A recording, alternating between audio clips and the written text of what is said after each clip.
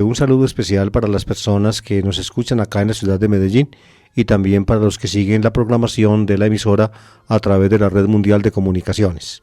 La palabra del domingo es el comentario de las lecturas de la liturgia católica dominical, como decimos en la presentación del programa.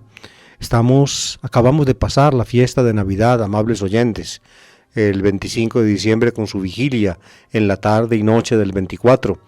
Es el punto central del ciclo de Navidad que comenzó con el Adviento en sus 4 domingos. Después de la fiesta de Navidad tenemos la prolongación de la fiesta en la octava de Navidad, así se llama en la liturgia católica, la octava, es decir, los 8 días de fiesta. Solamente 2 grandes solemnidades en el año, la Pascua y la Navidad, tienen octava. En la liturgia previa al Vaticano II había otras solemnidades que tenían octava, por ejemplo, Pentecostés. Yo recuerdo mucho, siendo seminarista todavía, pues celebrábamos la octava de Pentecostés. Y si mal no recuerdo, también otras fiestas en el año tenían la famosa octava. La octava es la prolongación de las fiestas grandes o importantes por 8 días. Como les he dicho, pues solamente la Pascua y la Navidad tienen actualmente en la liturgia octava. La octava de Pascua es de primera importancia. La octava de Navidad es de secundaria importancia. Una demostración de esta secundaria importancia de la octava de Navidad es que se entrometen en la octava de la Navidad fiestas. Y el 28, este domingo, como les voy a explicar enseguida, esa fiesta será desplazada. Está la fiesta de los santos inocentes. De modo que la octava de Navidad es de un segundo orden, no es comparable pues con la octava de Pascua, cuyos formularios litúrgicos no son nunca reemplazados por ninguna otra fiesta, ni siquiera por las grandes solemnidades como la de San José o como la de la Anunciación del Ángel a María. Ni siquiera esas desplazan los días de la octava de Pascua. La de Navidad, pues, los santos inocentes. Pero, y esto es importante, para que empecemos a tocar el tema que nos ocupa, la liturgia del domingo, la reforma, o mejor dicho, las sucesivas reformas litúrgicas en la Iglesia Católica metieron en la octava de Navidad una fiesta que es reciente en la liturgia católica, es la fiesta de la Sagrada Familia de Jesús. Pienso yo que al meterla en la octava de Navidad, entonces la metieron en un punto pues muy conveniente. Pero la fiesta misma, la Sagrada Familia, no existía en la liturgia antigua. No recuerdo exactamente en qué época fue introducida la fiesta. En todo caso, ya pertenece a la octava de Navidad y se celebra el domingo que cae dentro de la octava de Navidad. Pero cuando el 25 de diciembre cae domingo, entonces dentro de la octava de Navidad no cae ningún domingo, porque el domingo siguiente al 25 es el 1 de enero. Y ese 1 de enero está destinado a la gran solemnidad que se llama actualmente Santa María, la Madre de Dios, y que antiguamente en la liturgia anterior al Vaticano II era la circuncisión del Señor. En todo caso, como este domingo, el 28 de diciembre, pues cae dentro de la octava, entonces celebra la Iglesia la fiesta de la Sagrada Familia de Jesús. Sigamos una pequeña instrucción sobre la liturgia de Navidad. Fíjense, el día octavo, pues el 1 de enero, es la solemnidad de Santa María, Madre de Dios. Es la principal fiesta de la Santísima Virgen en el año, porque se ocupa de su título por excelencia, por antonomasia, la Madre de Dios, tal como lo expuso ya, apoyada en la tradición más antigua, el concilio de Éfeso en el siglo V, la Theotokos se dice en griego, Dei Genitrix se dice en latín, la Madre de Dios en nuestro idioma, el 1 de enero. Antes, siguiendo la cronología evangélica lucana, el 1 de enero se llamaba la fiesta del día octavo de la Navidad, la circuncisión del Señor. Pero todavía, pues, el 1 de enero ustedes cuando vayan a la Eucaristía van a escuchar que se lee el Evangelio de Lucas, el creo que es 2:21, donde aparece el dato de la circuncisión al 8º día, pero prácticamente ya la circuncisión pues no atrae la mirada de ese día 8º, sino más bien la solemnidad de Santa María, Madre de Dios. Luego viene la solemnidad de la Epifanía. En la Iglesia Universal se celebra el 6 de enero. En Colombia, debido al cambio del calendario festivo, entonces se anticipa, como el 6 de enero ya no queda, ya no es fiesta de guarda, entonces se anticipa al domingo, previo al 6 de enero. Rara vez puede caer el 7 o el 8, la solemnidad de la Epifanía del Señor, que es el punto culminante del ciclo de Navidad. Entonces tendremos pues el punto de llegada del ciclo de Navidad y el punto de comienzo de la primera parte del tiempo ordinario, la fiesta del bautismo de Jesús. Más o menos esto que les he indicado es como un resumen del ciclo de Navidad. Y ahora sí, amables oyentes, al grano, a las lecturas de este domingo, la fiesta de la Sagrada Familia.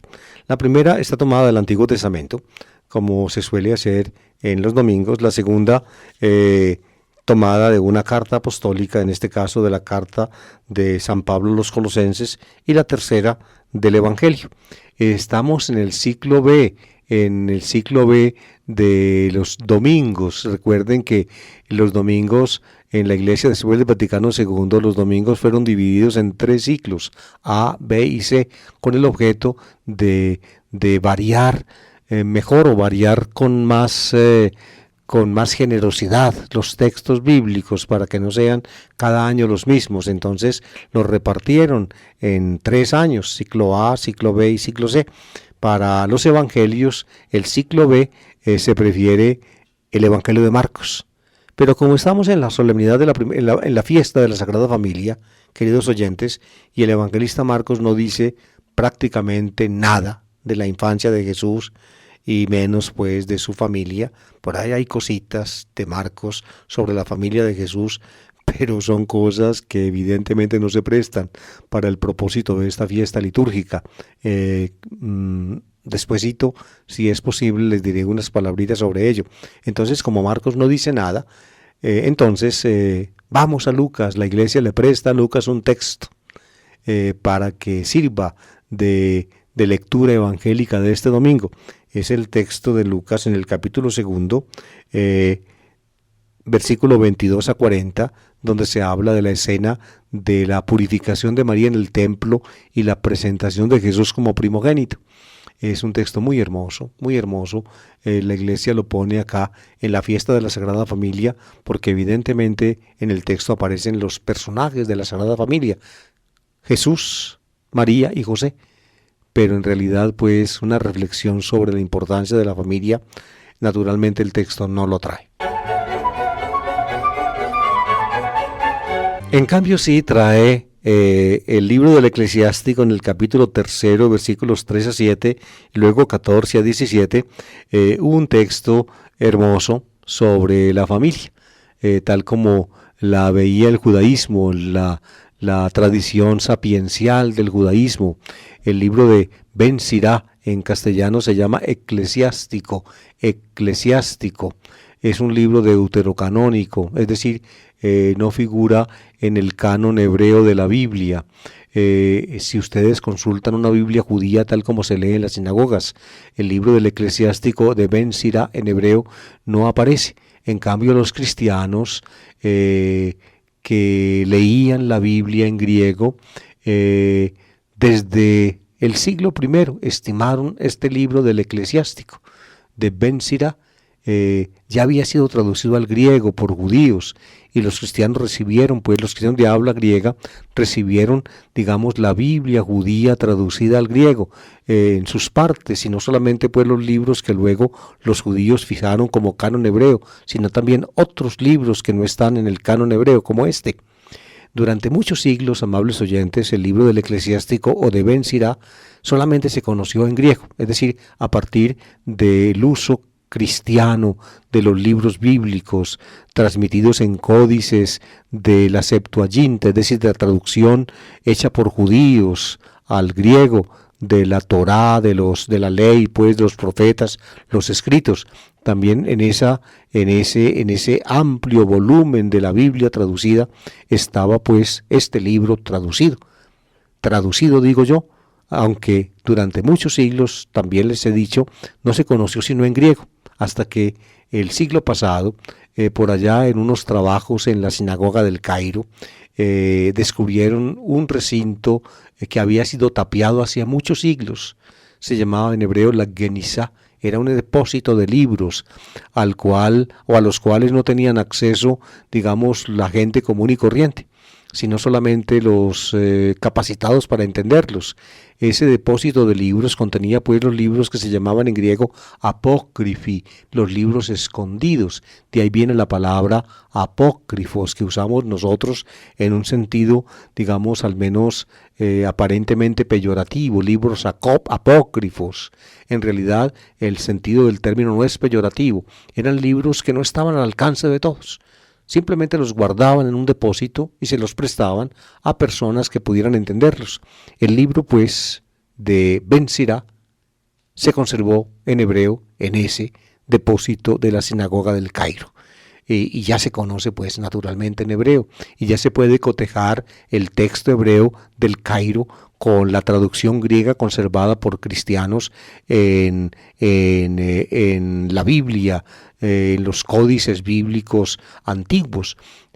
Aún más en los descubrimientos de Qumran en la década de los años 40 del siglo pasado, también se descubrieron fragmentos del libro de Ben Sira en hebreo, en el grupo judío esenio de Qumran, de modo que el original de este libro fue hebreo y traducido al griego, y durante muchos siglos pues solamente se conoció en griego y hoy se conoce en griego y en hebreo. El pedacito que vamos a leer pues corresponde al capítulo 3 de este libro y nos habla de los valores familiares en la tradición sapiencial del judaísmo. Dios hace al padre más respetable que a los hijos y afirma la autoridad de la madre sobre la prole. El que honra a su padre expía sus pecados, el que respeta a su madre acumula tesoros, el que honra a su padre se alegrará de sus hijos, y cuando rece será escuchado. El que respeta a su madre tendrá larga vida, al que honra a su madre el Señor lo escucha. Hijo mío, sé constante en honrar a tu padre, no lo abandones mientras viva. Aunque flaquee su mente, ten indulgencia, no lo abochornes mientras seas fuerte. La piedad para con el Padre no se olvidará, será tenida en cuenta para pagar tus pecados. El día del peligro se te recordará, y se desharán tus pecados como la escarcha bajo el calor.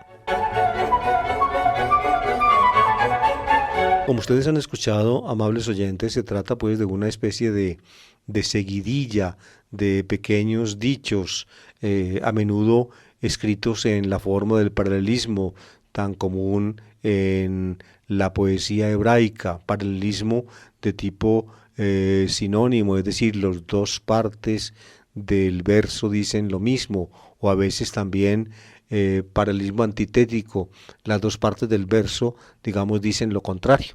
Se trata de una exhortación a los hijos para respetar a sus padres, básicamente al padre. La madre también es mencionada, pero la figura del padre domina en todo el conjunto. Respetar al padre y también a la madre.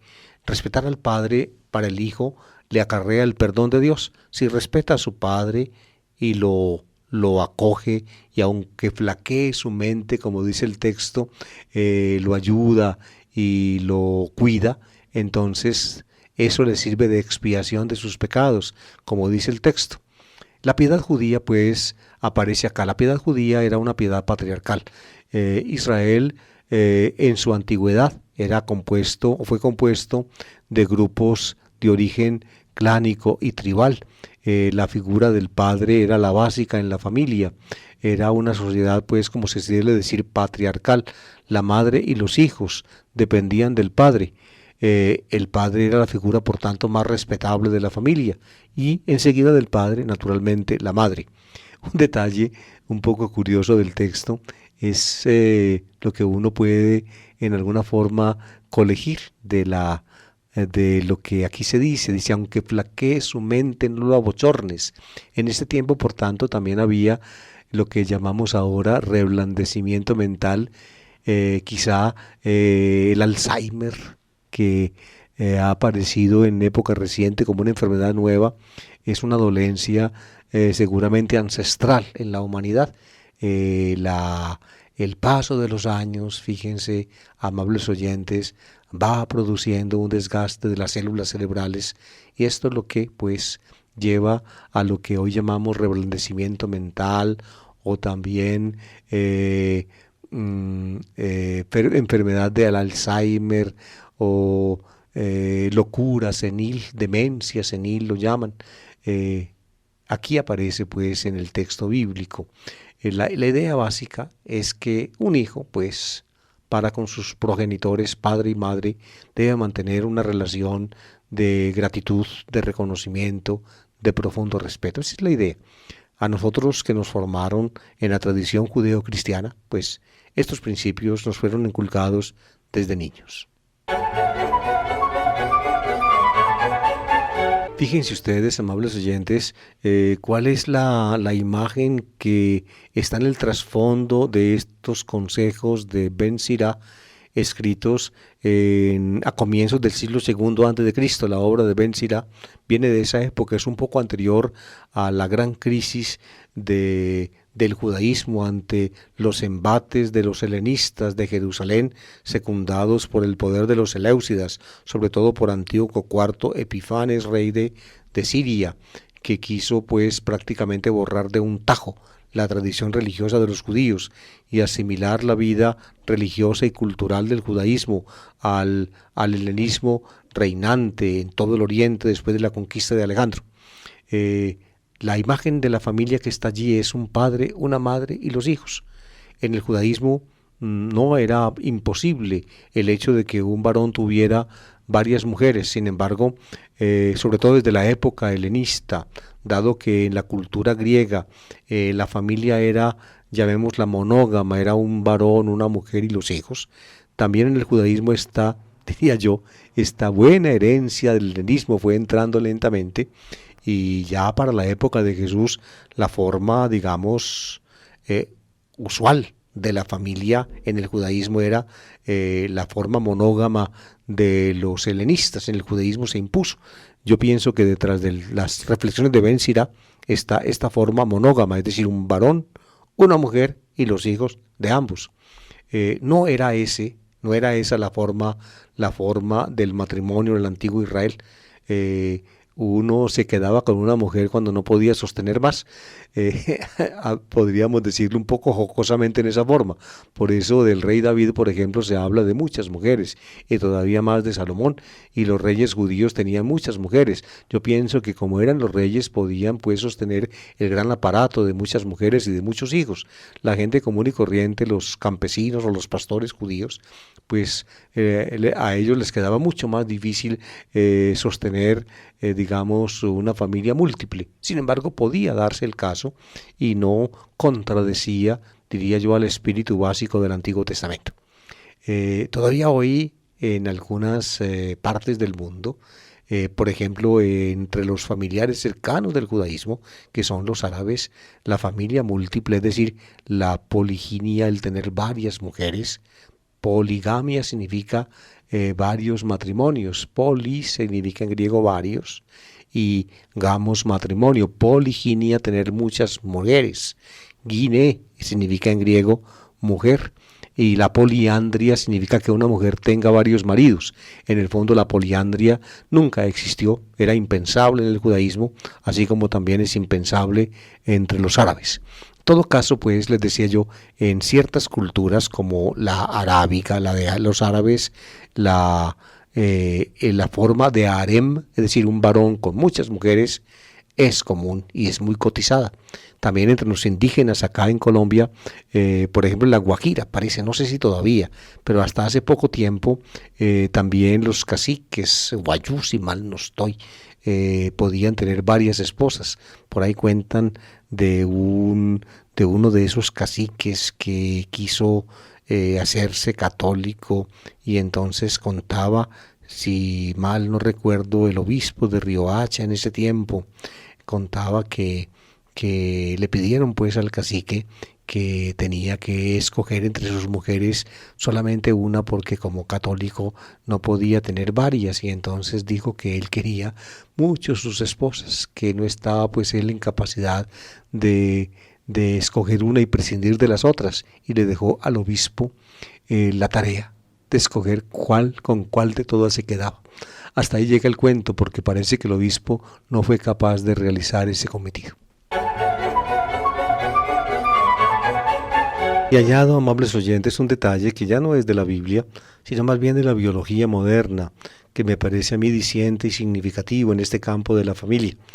Podría extenderme muchísimo en esto, porque la investigación de la conducta nos da muchas luces para comprender lo que humanamente debiera ser una familia, a partir del hecho de que finalmente los seres humanos somos o hemos venido, o hemos pasado, o hemos, digamos, en alguna forma hemos traspasado los umbrales del reino animal para llegar a la toma de la conciencia, que es lo que nos caracteriza.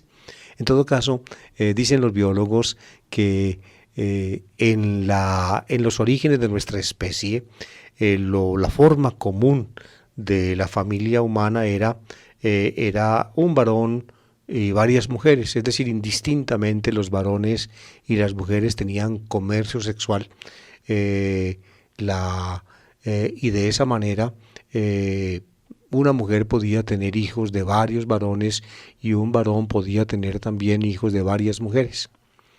Y dicen algunos biólogos que esa fuerza natural que llevamos los seres humanos provenientes del reino animal de transmitir nuestros genes, lleva a precisamente, o llevó a los varones en algún momento de la evolución de la especie a tomar conciencia de que no solamente se cumplía la labor de transmitir sus genes, digamos, fecundando con su semilla a una mujer, sino manteniendo con ella una relación muy cercana y fiel en alguna forma, porque finalmente el éxito de sus genes transmitidos en los hijos que nacían de uno y de la otra solamente podía alcanzarse si él, pues, cuidaba su mujer y sus hijos.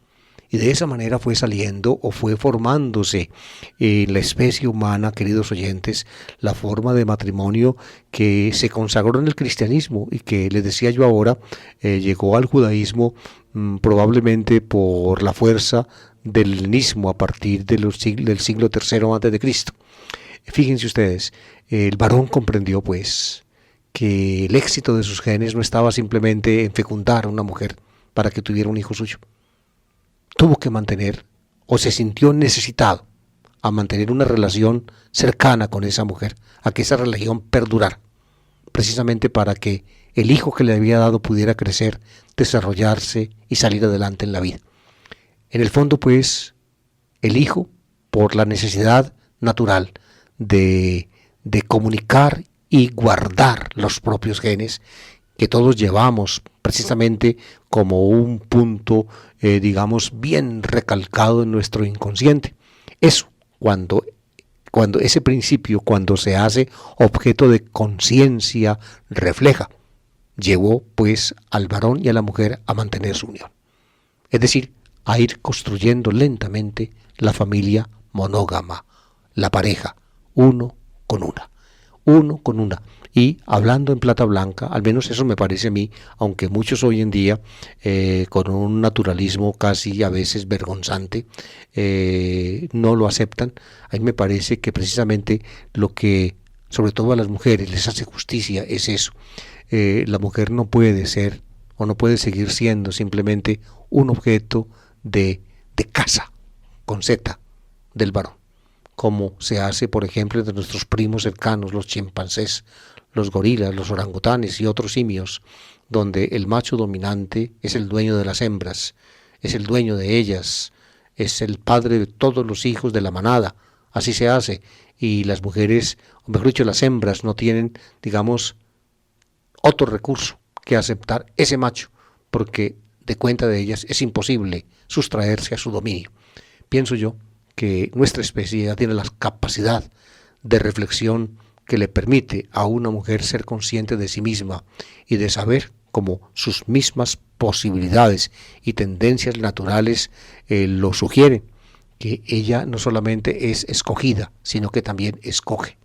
No solamente es, digámoslo así, atrapada por un macho, sino que también ella tiene derecho, cuando quiere, decir que sí, y cuando no quiere, decir que no, y mantener entonces con el padre de sus hijos una relación que la promueva a ella y que vele por la prosperidad de su prole. Y llegamos a la segunda lectura, tomada de la carta del apóstol San Pablo a los Colosenses. Así está introducida en la liturgia. La carta a los Colosenses, junto con la carta a los Efesios, forman dos cartas, pues, bien emparentadas entre sí, que representan la evolución del pensamiento del apóstol Pablo. Por eso son llamadas hoy en día casi ya unánimemente por los críticos como literatura deuteropaulina. Es decir, no se advierte, o mejor dicho, es difícil pues reconocer en estas manos, en estas cartas, en estas dos cartas, la mano directa del apóstol y su pensamiento directo. Encontramos su pensamiento, pero ya evolucionado y desarrollado.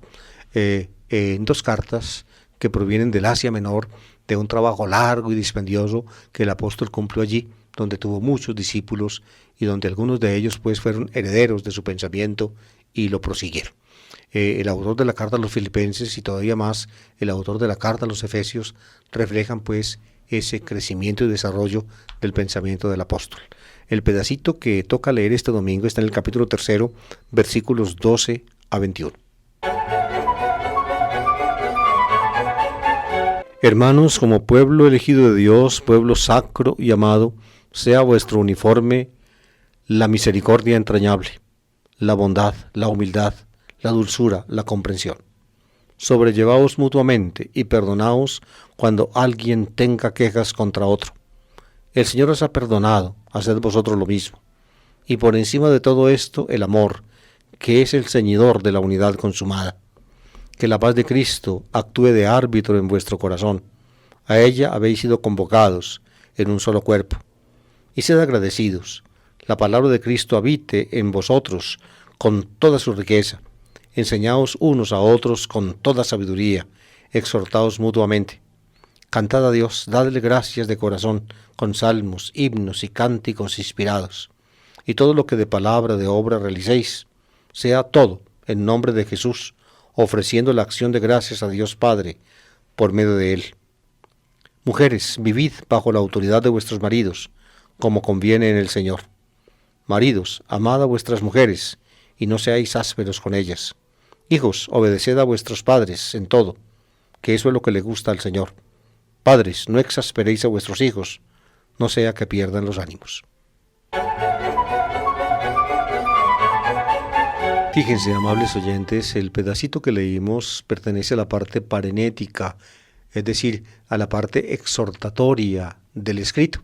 En general, los escritos de cuño paulino como este tienen dos partes. Una primera es como más doctrinal, se desarrollan temas que tienen que ver con la profesión de fe, y una segunda parte es exhortatoria, amonestatoria, se llama en griego parenesis o paráclisis, es exhortación. La primera parte de la exhortación es muy linda, muy hermosa, es la exhortación básica cristiana, cómo tenemos que comportarnos. Tenemos que comportarnos en una palabra, en el amor, en el amor. ¿Y cómo se manifiesta el amor? Pablo lo dice, o el autor lo dice, con palabras que, pienso yo, permanecen válidas, digamos, para la humanidad y para los cristianos eternamente. Sea vuestro uniforme la misericordia entrañable, la bondad, la humildad, la dulzura, la comprensión. Y eso nos lleva pues a sobrellevarnos mutuamente, de aguantarnos. Eso hoy en día se llama tolerancia. Solamente puede ser tolerante, aguantar a los demás, el que hace de la misericordia su uniforme, de la comprensión, su manera de ser, de el amor, el principio básico de su vida. Un segundo puntico es la gratitud, a la cual exhorta el apóstol, y sed agradecidos, agradecidos en primer lugar a Dios y luego mutuamente. Y finalmente, hay un tercer lugar, es una exhortación. La exhortación se dirige a la vida, digamos, llamémosla cultual de la comunidad. Se ve que se reunían, pues, y en la reunión de la iglesia, oigan bien acá, se cantaba, cantad a Dios, dadle gracias de corazón. Y se cantaban salmos, himnos y cánticos inspirados. Los salmos seguramente no son simplemente los de la Biblia, los del Antiguo Testamento, sino que también los cristianos inventaban salmos, hacían salmos. Por ejemplo, estos días de Navidad escuchamos un salmo cristiano, el primer lugar, el canto del bendito sea el Señor Dios de Israel, del cántico de Zacarías en Lucas, el canto de María, el llamado Magnificat, proclama mi alma la grandeza del Señor. Hoy vamos a encontrar en el Evangelio otro canto cristiano, el canto de Simeón. De modo que los cristianos pues cantaban himnos al Señor, uno de los himnos más hermosos y profundos del cristianismo naciente. Lo escuchamos ayer, lo escuchamos en este domingo de Navidad, en la misa del día, el prólogo joánico. En el principio existía la palabra, y la palabra estaba junto a Dios, y la palabra era Dios. La investigación crítica moderna descubre en ese prólogo joánico un poema que el evangelista encontró, conoció y antepuso a su obra, porque se inspiró para todo en la teología que subyace en ese poema, el canto o el himno al Logos, es decir, la palabra eterna de Dios. Y finalmente, y aquí llegamos al tema de este domingo, la familia. La exhortación termina con unos consejos a las mujeres, a los maridos, a los hijos y luego a las mujeres y los maridos como padres, es decir, a los padres. ¿Qué les dice a las mujeres? Mujeres, vivid bajo la autoridad de vuestros maridos, como conviene en el Señor. Fíjense, es la forma judía de la vida. No pierde nunca o nunca perdió el cristianismo naciente su raíz judía, a pesar de que acá, en este tipo de exhortaciones en la carta a los colosenses, digamos, se va insinuando el influjo del estoicismo filosófico popular de la época. Permaneced, dice las mujeres, sometidas a sus maridos, así dice en Efesios, dice, vivid bajo la autoridad de sus maridos, hipotácete, someteos. Es la frase que, si mal no recuerdo, en griego se emplea en la carta a los Efesios. La mujer, por tanto, depende del marido. Esa es la convicción judía. Hoy en día, ustedes saben, y pienso yo que esto no es de ninguna manera rechazable desde el punto de vista cristiano.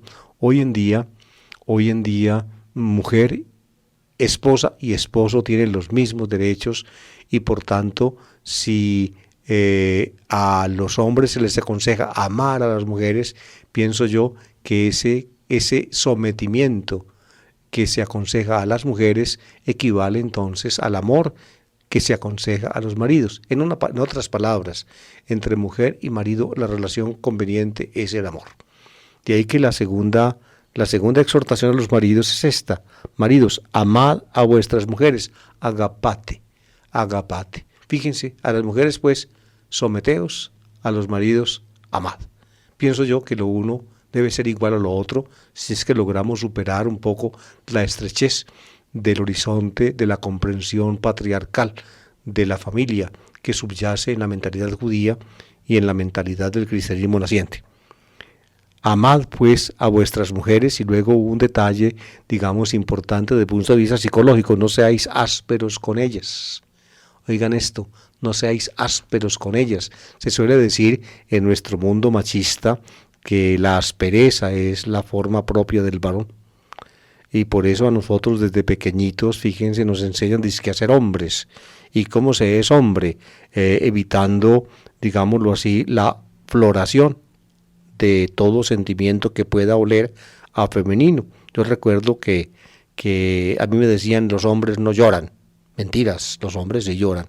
Cuando el sentimiento le pone a uno lágrimas en los ojos, uno no debe tener ningún temor en derramarlas. No seáis ásperos con ellas. Es una reacción, pues, en esta carta al machismo ancestral pienso yo, que pertenece en alguna forma a los genes de nuestra especie, donde el macho es dominante, y nuestra cultura, donde el macho dominante es puesto en un relieve que se vuelve casi opresivo. Luego viene la exhortación a los hijos. Hijos, obedeced a vuestros padres en todo. Eso le gusta al Señor. Fíjense pues, a las mujeres el sometimiento, a los hombres el amor a las mujeres y a los hijos la obediencia a los padres. Ahí están pues las tres ideas directrices de la conducta familiar tradicional del cristianismo. Obedeced a vuestros padres, eso le gusta al Señor, así como también se decía a las mujeres que se sometieran a sus maridos porque conviene en el Señor, es decir, la forma del matrimonio cristiano. Pienso yo que lo que hay detrás de esta frase del autor es un reflejo de la unión de Cristo con la Iglesia, así como la Iglesia se somete a Cristo. Las mujeres se someten a los maridos, por eso se dice como conviene en el Señor, y a los hijos se les dice algo parecido, obedeced como conviene en el Señor, es decir, los hijos como conviene en el Señor, es decir, como debe ser un cristiano, deben vivir en la obediencia a sus padres. Noten acá, en estas consideraciones del cristianismo naciente, noten acá, y esto tenemos que reconocerlo, un poco la estrechez pues de la comprensión cristiana, sobre todo desde el punto de vista de la psicología, en estos datos. No es que sea desdeñable lo que se dice acá, es decir, no es que las mujeres no tengan que reconocer en el hogar la importancia de su marido, y los maridos no tengan que amar a sus mujeres, y los hijos no tengan que obedecer a sus padres, sino que lo que finalmente la edad moderna de valioso ha ido desarrollando es que en familia debe haber un diálogo y una comunicación que permita el acuerdo sin imposiciones, ni de ninguna de las partes. Y la educación de los hijos, pues, debe ser una educación para la libertad. Es decir, los padres no deben ser, pues, con sus hijos simplemente impositivos. Obedezca, amigo, como uno tantas veces lo oyó de niño o de joven, obedezca, amigo, sino que precisamente la obediencia, por la forma como los padres la inculcan, debe ser una formación para la libertad. Y para que esto quede claro, amables oyentes, fíjense cómo termina el pedacito.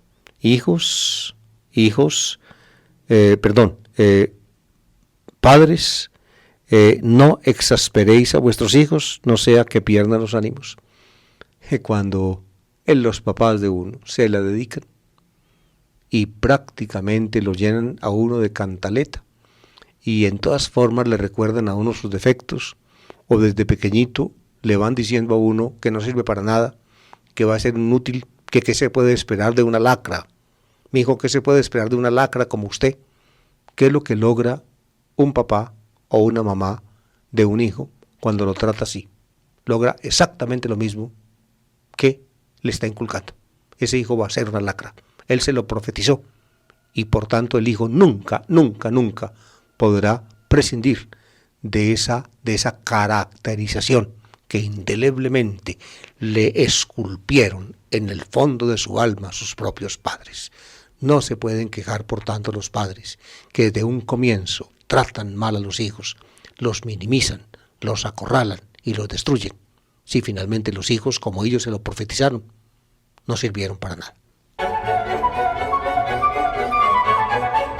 Finalmente, el texto del Evangelio, tomado de San Lucas, les recuerdo yo que como en Marcos estamos en el ciclo B de los domingos, no hay ningún texto que se adecue a esta fiesta, entonces se lo prestamos a Lucas, o la iglesia se lo presta a Lucas.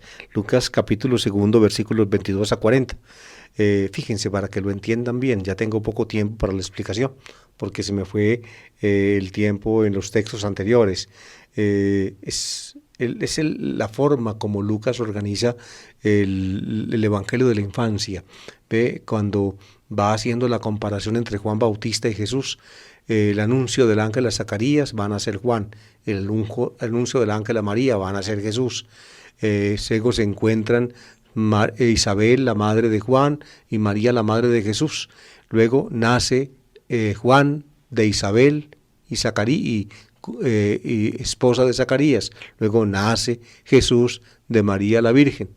Ahí está, eso lo llaman los autores modernos, lo llaman los dípticos, el díptico de las anunciaciones, el díptico de los nacimientos. Y también, fíjense, está el díptico de las manifestaciones. Cuando Juan nace lo van a circuncidar, y con motivo de la circuncisión de Juan hay una manifestación de parte de Dios que va a señalar el futuro de ese niño, va a ser profeta, y su padre lo reconoce en el canto de Zacarías. Cuando nace Jesús, entonces el evangelista procede al episodio conclusivo, en la parte más antigua del Evangelio de la infancia, que es el relato que toca leer este domingo, el relato del templo. Jesús es llevado al templo por sus padres. Eso está en Lucas 2, 22 a 40. Cuando llegó el tiempo de la purificación de María, aquí hago un paréntesis brevísimo de punto de vista de crítica textual. El texto original lucano no dice purificación de María, sino purificación de ellos. De ellos, aftón, dice el texto griego, es una especie de crux interpretum, ese de ellos, porque no sé por qué tendría que ser purificado José o purificado Jesús. Por eso, desde la antigüedad cristiana, en lugar de ellos se añadió aquí María, o se puso el nombre de María, que es como aparece en la traducción que toca leer este domingo. Pero les advierto eso, en el texto, en la versión posiblemente original de Lucas, se decía: cuando llegó el tiempo de la purificación de ellos, según la ley de Moisés, llevaron a Jesús a Jerusalén para presentarlo al Señor, de acuerdo con lo escrito en la ley del Señor. Todo primogénito varón será consagrado al Señor, y para entregar la oblación, como dice la ley del Señor, un par de tórtolas o 2 pichones. Vivía entonces en Jerusalén un hombre llamado Simeón, hombre honrado y piadoso, que aguardaba el consuelo de Israel, y el Espíritu Santo moraba en él. Había recibido un oráculo del Espíritu Santo, que no vería la muerte antes de ver al Mesías del Señor. Impulsado por el Espíritu Santo fue al templo. Cuando entraban con el niño Jesús sus padres para cumplir con él lo previsto por la ley, Simeón lo tomó en brazos y bendijo a Dios diciendo: Ahora, Señor, según tu promesa, puedes dejar a tu siervo irse en paz, porque mis ojos han visto a tu Salvador, a quien has presentado ante todos los pueblos, luz para alumbrar las naciones y gloria de tu pueblo Israel.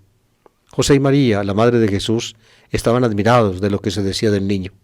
Simeón los bendijo, diciendo a María su madre: Mira, este está puesto para que muchos en Israel caigan y se levanten. Será como una bandera discutida. Así te quedará clara la actitud de muchos corazones, y a ti una espada te atravesará o te partirá el alma. Había también una profetisa, Ana, hija de Fanuel, de la tribu de Aser. Era una mujer muy anciana. De jovencita había vivido 7 años casada y llevaba 84 de viuda. No se apartaba del templo día y noche, sirviendo a Dios con ayunos y oraciones. Acercándose en aquel momento, daba gracias a Dios y hablaba del niño a todos los que aguardaban la liberación de Israel. Y cuando cumplieron todo lo que prescribía la ley del Señor, se volvieron a Galilea, a su ciudad de Nazaret. El niño iba creciendo y robusteciéndose, y se llenaba de sabiduría, y la gracia de Dios lo acompañaba. Fíjense, amables oyentes, en realidad lo que corresponde al tema de la fiesta de este domingo de la Sagrada Familia, pues lo que el texto contiene es el dato de que María y José, pues que estaban en Belén, cerca de Jerusalén, habían pasado 40 días desde el nacimiento, y entonces era obligatoria la purificación, y era también, al menos el texto lo supone, la presentación del primogénito en el templo, como lo manda la ley del Señor según el texto que hemos leído. Entonces por eso van pues de Belén a Jerusalén. Y al final de que hacen lo que hacen en el templo, regresan a Galilea, de donde habían venido. Acuérdense que según Lucas, José y María vivían en Galilea, en Nazaret. Con motivo de un censo tuvieron que ir de Nazaret a Belén para inscribirse allí en el censo, y en Belén cogió a María la hora del parto y allí tuvo a su niño. Pasaron pues 40 días en Belén según el texto, y de Belén pues a Jerusalén no hay sino unos pocos kilómetros. Fueron al templo, allí aprovechó María para purificarse de su impureza. Según la ley judía, una mujer después de dar a luz, como se bañaba en sangre, quedaba impura y tenía que purificarse con una oblación. Y también se supone acá que el primogénito varón de toda familia judía era presentado al Señor y puesto, digamos, a disposición de Dios. La idea que está en el fondo parece inspirada en lo que cuenta la Biblia de la madre de Samuel, Ana, que cuando una vez fue al templo con su marido Elcaná, no había podido tener hijos y le pidió a Dios con todo el corazón que le diera un hijo y le prometió que si se lo daba, lo consagraría al Señor. Pues bien, cuando lo tuvo, a Samuel lo hizo crecer junto a sí, y cuando tenía cierta edad lo llevó al templo y se lo entregó al sumo sacerdote Elí. También pues María y José, como Jesús era el primogénito y estaba pues la prescripción de la ley, todo primogénito varón será consagrado al Señor, lo llevaron al templo. Esto simplemente, la purificación y la presentación son pues dos detalles, amables oyentes, que aquí se acumulan en el texto. La artificialidad de la acumulación es patente para los que analizan el texto, pero no entro en este tipo de detalles críticos porque sería muy complejo. Lo importante es la escena que sigue. Cuando entran en el templo María y José para presentar a su niño, fíjense que ya la purificación de María no tiene pues importancia alguna en el texto, alguna. Lo importante aquí es José y María, o más bien María con su niño y José en el templo. Y entonces le salen en encuentro dos figuras que simbolizan, pienso yo, la piedad del Antiguo Testamento. Uno es un varón, Simeón, un profeta. Otra es una mujer, Ana, la profetisa. Es decir, es la palabra profética, la expectación, digamos, de lo más piadoso, de lo más granado, de lo más selecto de Israel, que está en el templo en el momento en que María con su niño y junto a José entran a presentarlo al Señor.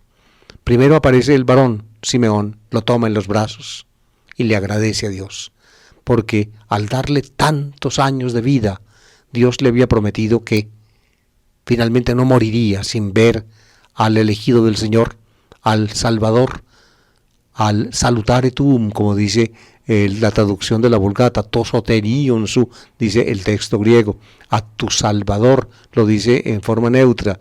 Simeón pues lo toma en los brazos y canta, ya me puedo morir en paz, Señor, porque mis ojos cansados de tanto vivir, ya han visto tu Salvador. Lo toma en brazos y le canta a Dios y declara a Jesús, lo declara luz de las naciones. Él es la luz para alumbrar a las naciones y para gloria de tu pueblo Israel. Luz, precisamente en Jesús, el renombre, la gloria de Israel va a resaltar. Es la esperanza pues del profeta Simeón, que en nombre del Antiguo Testamento le canta a Jesús, en el momento en que él pues en brazos de su madre primero, luego en brazos propios, entra, como las antiguas profecías decían, que el Señor Dios de Israel iba a tomar posesión de su templo. Luego hay una profecía de Simeón a María, la madre de Jesús. Lamentablemente el tiempo de este programa no me permite comentarla, y además no es importante en el contexto de la Sagrada Familia. Por eso pasemos al segundo personaje, a Ana, la profetisa, muy viejita, lleva 84 años de viuda y había vivido 7 años casada. Es decir, era una viejita que se acercaba ya a los 100 años. Esta es como el Antiguo Testamento concentrado pues en la figura de esta mujer. No se apartaba del templo en ayunos y oraciones. De ella no se dicen palabras textuales como de Simeón, simplemente se dice que alabó a Dios, y daba gracias a Él por el niño, a todos los que aguardaban, dice el texto, la liberación de Israel, así como se dice de Simeón que aguardaba el consuelo de Israel, es decir, el hecho de que Dios salvara a Israel de la mano de los romanos. Ese es el consuelo de Israel y la liberación de Israel. Fíjense, amables oyentes, cómo estos textos de la tradición lucana propia revelan sentimientos que son explicables solamente en comunidades judías, nítidamente judías, del cristianismo naciente. Simeón y Ana, pues, el Antiguo Testamento presente en medio del templo, cuando Dios, pues, en Jesús toma posición del lugar santo. Y luego, finalmente, la alusión ahí sí a la Sagrada Familia. Y cuando cumplieron todo lo que prescribía la ley del Señor, es decir, lo referente a la purificación y lo referente a la presentación, se volvieron a Galilea, a la ciudad de Nazaret. El niño iba creciendo y robusteciéndose y se llenaba de sabiduría y la gracia de Dios lo acompañaba. Lucas, pues, sabedor de la historia de Jesús, pues saca a María y a José de Nazaret para llevarlos a Belén, para que el niño nazca, y luego a Jerusalén, para que el niño tome posesión en nombre de Dios del lugar santo, del centro de Israel, que es el templo, y reciba el reconocimiento de la profecía, representado en Simeón el anciano y en Ana la anciana, y luego los vuelve a llevar a Nazaret. Regresaron a Galilea, a la ciudad de Nazaret, y allí el niño crecía y se robustecía, se llenaba de sabiduría y la gracia de Dios lo acompañaba, dice Lucas. Ahí tienen ustedes pues la imagen, muy sencilla, muy simple, sin ningún comentario, de lo que nosotros llamamos la familia de Nazaret. Ustedes ven pues que no hay interés, digamos, mayor de este texto del Nuevo Testamento por describirnos aquello que a la tradición eclesiástica y a la costumbre eclesiástica tanto le interesa, y es las virtudes domésticas de la familia de Nazaret. No se dice una sola palabra de eso. Simplemente se dice que en Nazaret Jesús estuvo con María y José en familia.